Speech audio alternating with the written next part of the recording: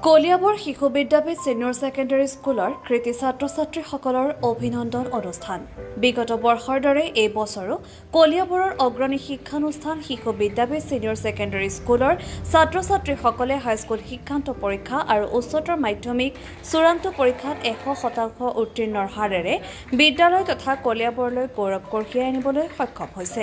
সেই উদ্দেশ্যৰে আজি বিদ্যালয়খনৰ ছাত্ৰ-ছাত্ৰীসকলক অভিনন্দন জ্ঞাপন কৰা হয়। উক্ত অনুষ্ঠানত বিদ্যালয় পৰিচালনা সমিতিৰ বিষয়ববীয়াসকলৰ লগতে বিশিষ্ট অতিথি হিচাপে শৰৎ বৰকটকী উপস্থিত থাকে। News desk report any express.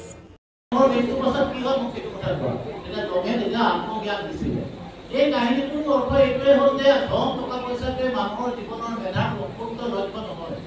মানুহৰ লক্ষ্যটো হৈছে যে জ্ঞান প্ৰাপ্তি কৰা, মানুহৰ কল্যাণৰ কাৰণে কাম কৰা আৰু আত্মজ্ঞান লাভ কৰা। এই কথাটো আৰু এই কথাটোৰ লগত যদি পাছি আমি সাহিত্যলৈ যাওঁ, কাৰণ আমি যদি কালিদাসৰ জীৱনৰ ওপৰত চাই যাওঁ, কালিদাসৰ জীৱনটোৰ লক্ষ্য চাওঁ যে তাত দেখাবলৈ পাম যে এদিন কালিদাসে কৰ্তব্য অৰণ্যৰ মাজেদি গৈ আছিল, যিহেতু তেওঁ প্ৰকৃতিক উপাসনা কৰে, প্ৰকৃতি বৰ্ণনা কৰে।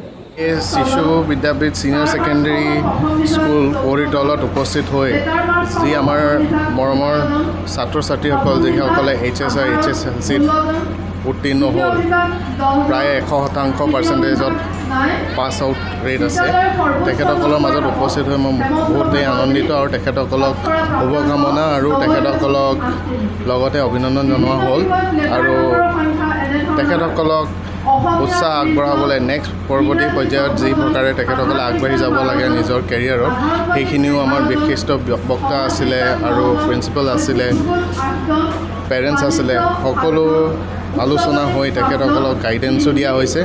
আশা কৰোঁ এই স্কুলৰ পৰা যাতে গ্ল'বেল ৱৰ্ল্ডতো তেখেতসকলে নিজৰ নাম গঢ়িব পাৰে, তাকে মই তেখেতসকলক শুভকামনা জনাওঁ। ধন্যবাদ।